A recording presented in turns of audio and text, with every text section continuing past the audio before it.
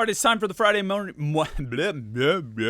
Great start. You'd think I'd re-record that, but I'm not. We are diving headlong in. I'm not pushing stop because we've got a rapid-fire mailbag edition of the Morning Pit here on YouTube.com/Panther-Lair.com. We get a lot of questions. I don't actually... So a lot of times I go... When we take the questions for these mailbags, I put up a post on the Between Fifth and Forbes message board, usually on like Tuesday, saying, hey, get your questions in for the mailbag this week. And usually, when I sit down to record this thing on Thursday, I'll go through and glance over the questions first in case there's any research I need to do, if I need to get anything on the legal pad, so I'm ready to answer any questions. But this week, for a variety of reasons, I didn't look at this week's thread. Now, what I did see is there was like 20 replies. Now, sometimes when there's a lot of replies in the Morning Pit mailbag, in the mailbag thread where we ask for questions, sometimes a lot of those replies, you guys just end up having your own conversations.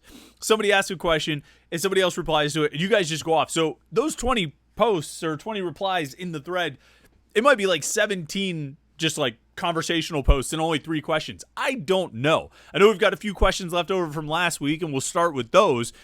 But I'm just going to assume all 20 of those replies in that thread are actual questions. And we'll see. I could be completely wrong about that. And, this is going to blow up on me. But we're going to go rapid fire to try and get through as many questions as we can in our little 20-minute window that we have here every week on the morning, or every day, really, on the Morning Pit.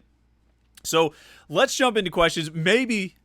And I don't think this is the case. Maybe we'll get a little bit of a break from talking about the athletic director situation since that seems to be, at least for the time being, resolved. I pray to God nothing happened between the time I recorded this video and the time it got released, that, something changed. We're going to just assume that it didn't and answer all of your questions here on the Morning Pit Mailbag, youtube.com/Panther-Lair.com.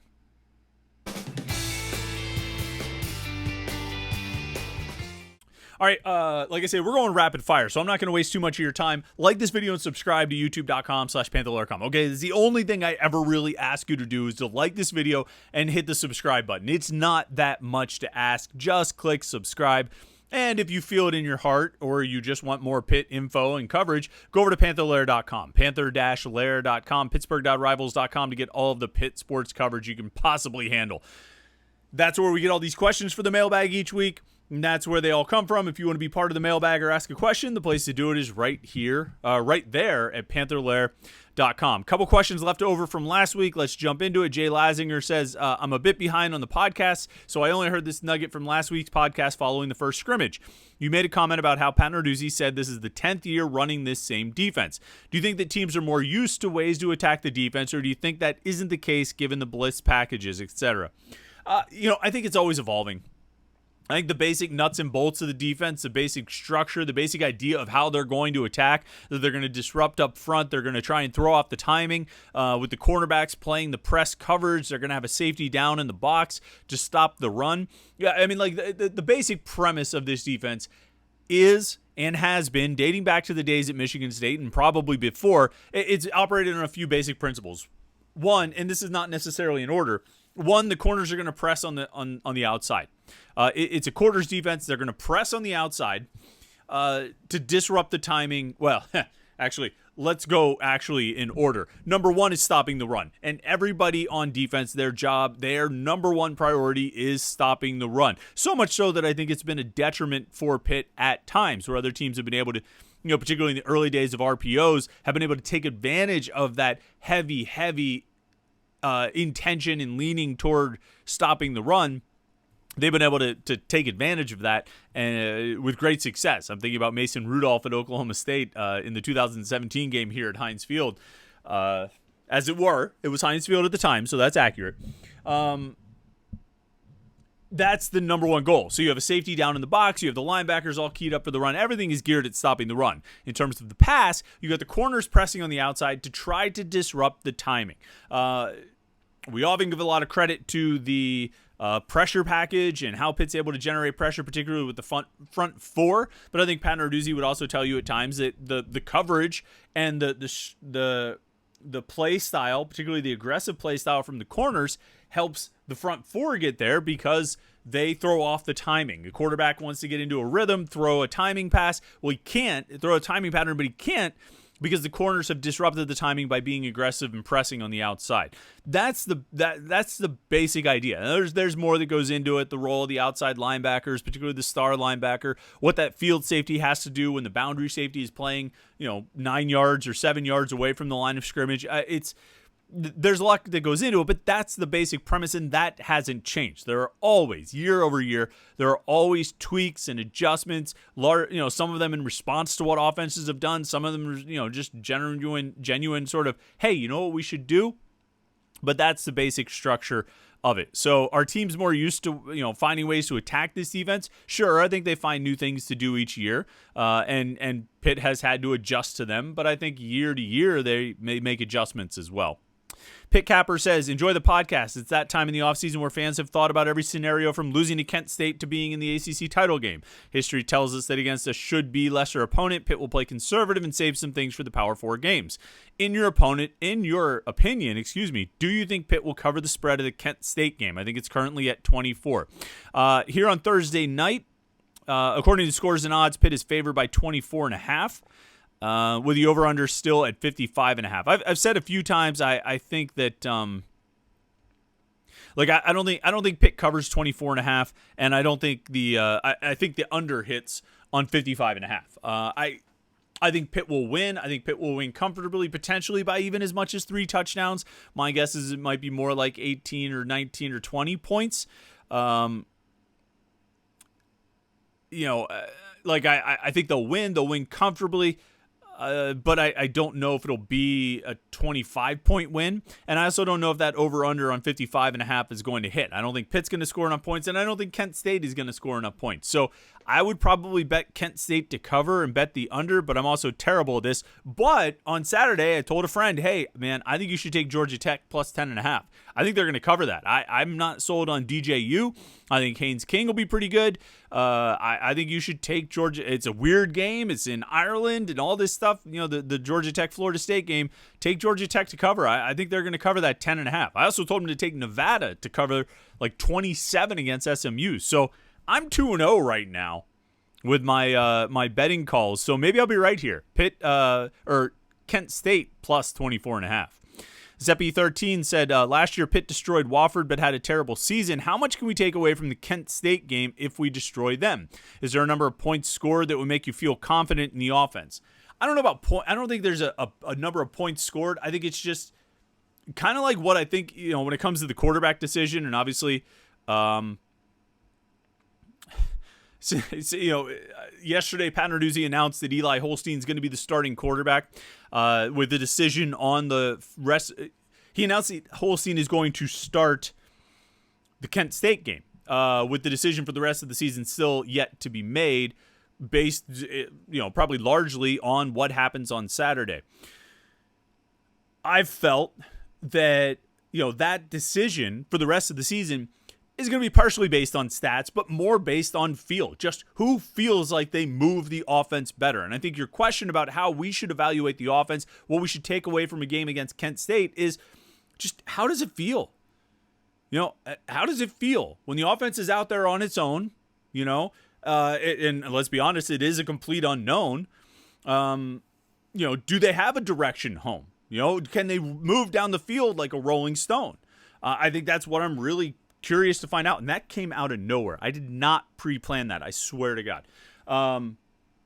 What feel do you get from the offense? Are they blowing up, with procedure penalties and false starts because they're trying to run this tempo? Are they do they look like they're out of sorts and disheveled? There will be times probably where they look like they are out of sorts, but in general, how does the offense feel out there? And then if you see a few things, I think there are a few things that you could get excited about with the offense. Some nice looking throws from Eli Holstein, some nice running plays from Eli Holstein. If Desmond Reed or Poppy Williams are one of these guys who have been sold to us as fast and explosive, if those guys can get out there and break a big play or two. I mean, that's the kind of exciting, you want to be excited. You want to walk out of Acrisure Stadium tomorrow feeling excited about Eli Holstein, excited about Desmond Reed, excited about the wide receivers, a couple nice plays with Gavin Bartholomew, while understanding that the offense is probably going to be a little bit restricted in terms of how much of the playbook is available, contrary to what Pat Narduzzi might say.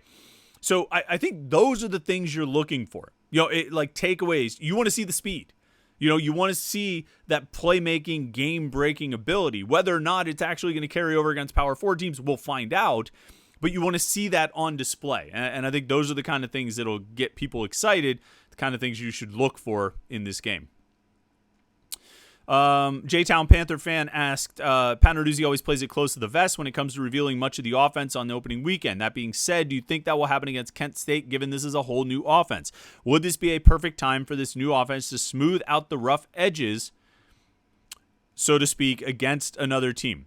Look, I've been on record many times saying you absolutely should take advantage of this opportunity and go out and find out about your offense, test out your offense. I can remember, was it 2 years ago? After, Keaton Slovis got hurt in the Tennessee game, they went out and played at Western Michigan with Nate Yarnell as the starting quarterback. They won that game. They came back and played Rhode Island or somebody like that. It was an FCS game, Rhode Island. I think it was Rhode Island.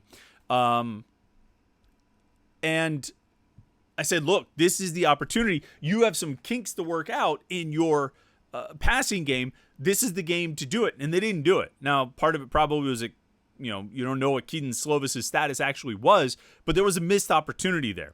That wasn't the same thing as this because, like I say, Slovis was dealing with an injury, and it wasn't exactly the same as, a season opening game where you're trying to hide things. But, yeah, I absolutely agree. And I asked Pat Narduzzi this on Monday, and he gave some kind of answer. It doesn't matter. You've got to this is the game. Coaches often point out, college coaches, they don't get scrimmages against other opponents. They don't get to have that experience. Well, this is your opportunity. This is your scrimmage. This is your chance to play against a different team that's game planning for you. This is your chance to put together a game plan and figure out what works in your offense and what doesn't. All right?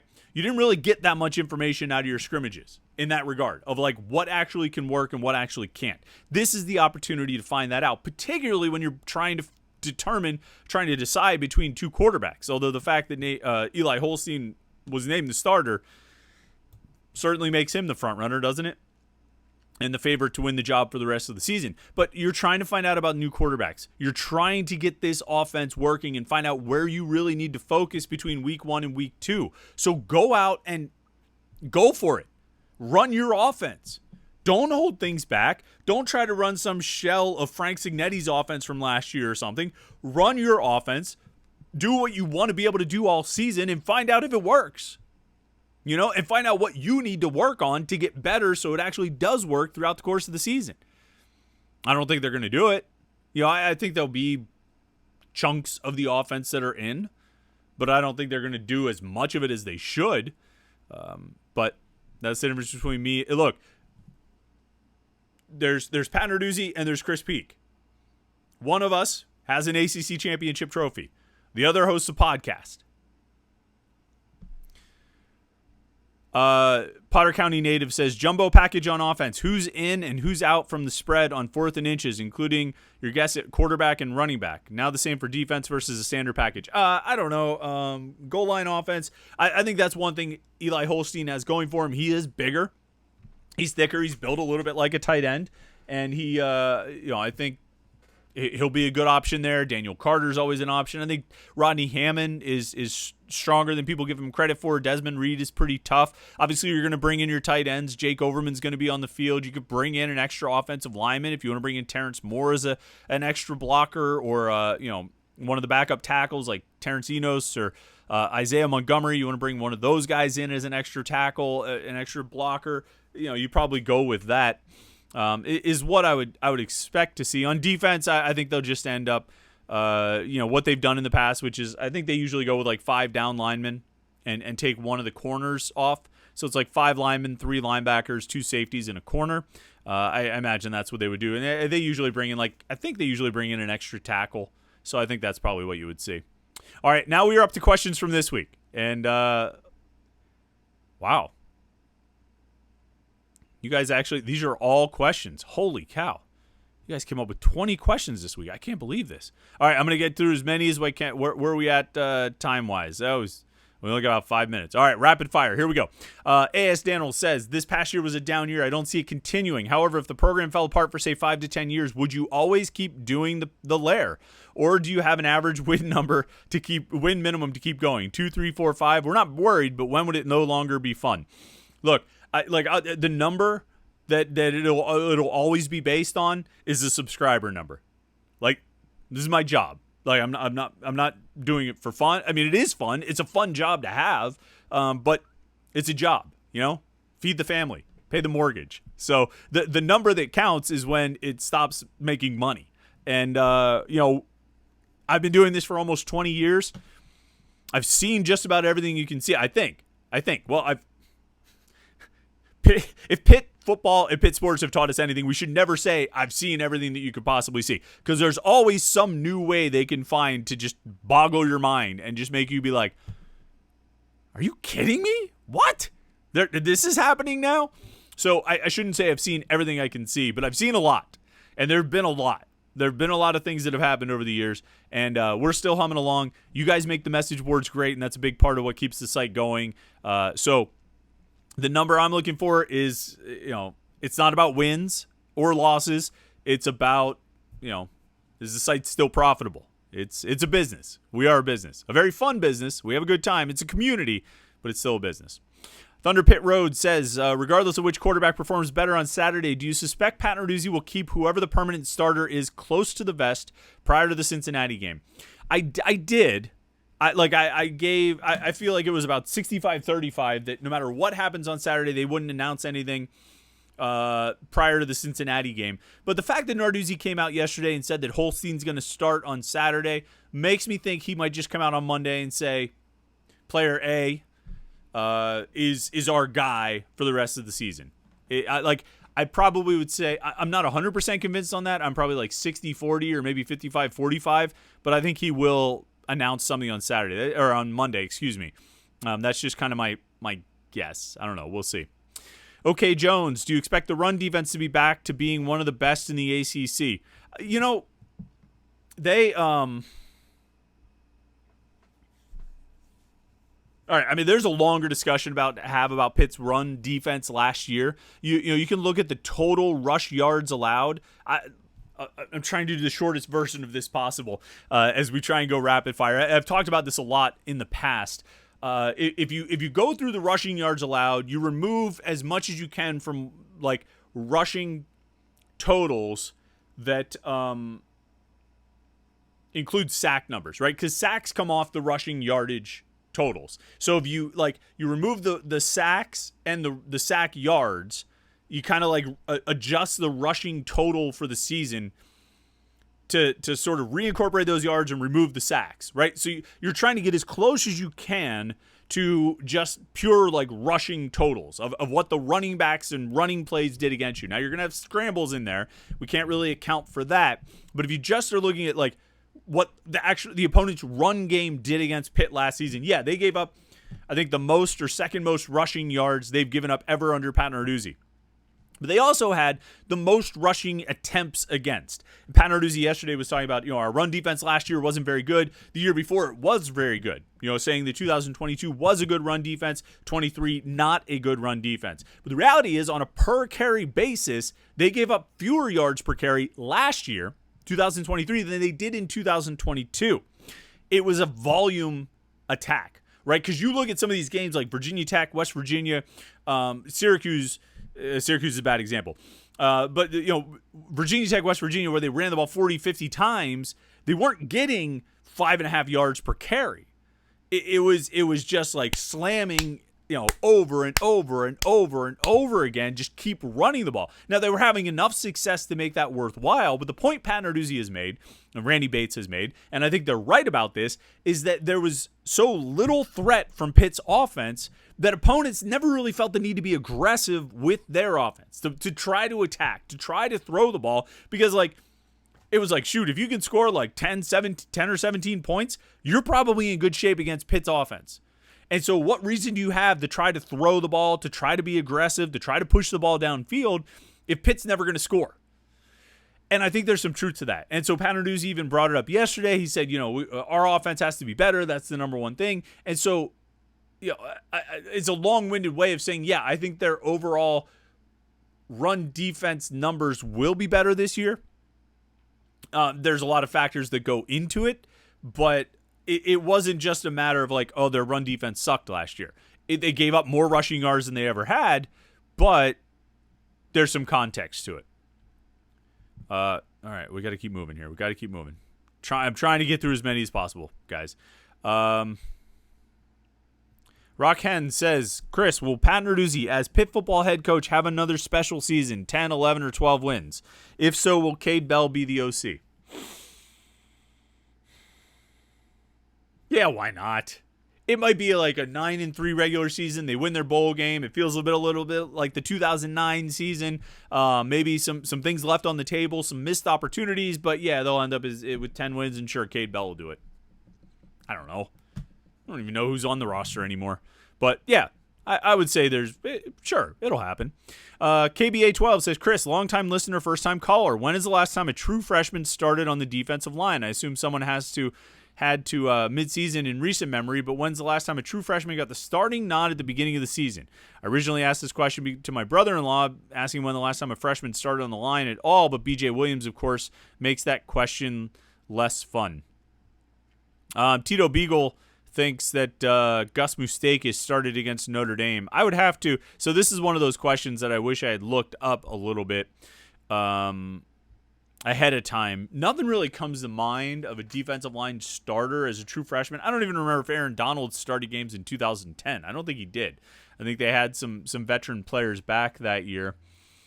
I don't know if Jabal Sheard ever started any games as a true freshman in 2008, I think that was. So I would have to look that up. It's been a long time. The last time they had a true freshman start on the defensive line. I don't think a true freshman will start tomorrow. Francis Brew, I guess, would be the obvious possibility. He's listed as an or starter at defensive tackle. I don't know if he's going to get the start tomorrow, but if he does, we'll do some research and come up with the last time that happened.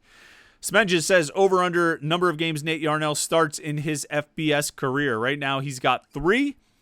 FBS career, I don't know. H2P 2010 had the next question, says, will Yarnell announce he's transferring if he loses the starting quarterback job this year? Look, man, Nate Yarnell is a loyal guy. Like, shout out to Nate Yarnell, all right? Because you think about, like, so he's a freshman in 2021, all right? Kenny Pickett's here. What are you going to do? You're not going to win the job. 2022, he probably didn't think he was going to win the job. Nick Patty was coming back. They brought in Keaton Slovis. Last year, I think Nate Yarnell is a humble guy. I think he's a smart guy. I think he's a good team first guy. But he had to realize, like, these guys suck. I'm better than these guys. I'm not, at least not throwing the ball to the defense all the time. Like, in training camp, he had to realize this. He had to realize, like, hey, I'm more accurate than Djokovic, and I'm not throwing interceptions all the time like Vair. Why am I not getting a chance here? But he stayed, and he stayed through it. And maybe the change in offensive coordinator at the end of the season helped with that, but he stayed. And so, like, yeah, 9 times out of 10 in college football, if this scenario played out, like the way it seems like it's going to play out, that Eli Holstein's going to end up being the guy for the season. If this scenario played out after what has played out over the last 3 years for a guy like Nate Yarnell, a player in his position, yeah, he'd be gone. There's 1 year of eligibility left after this year. He's a redshirt junior, so he would be gone 9 times out of 10 in college football. But maybe he's the 10. Maybe he's that 1 that doesn't go. So it's hard for me to say, like, yeah, I'd like to set the over-under at 14.5, 15.5. Opening up the possibility that he goes to another school and ends up being the starter there, like Rice or someplace like that. But he just might stay. Because I think he really likes Pitt. I think he really likes being at Pitt. And has stayed through some different situations and different kinds of circumstances. And, mad props, big time shout out to Nate Yarnell. I think he's a good guy and a loyal guy. And it wouldn't surprise me in the least if he decides not to. It wouldn't surprise me if he does go. And I don't think anybody would fault him for going, after the season. But it wouldn't surprise me in the least if he stayed. All right. Last one we got to. Berg B says, what's the 2024 post-game show handle of choice, and what will you wash it down with? I think I still got some Elijah Craig in there.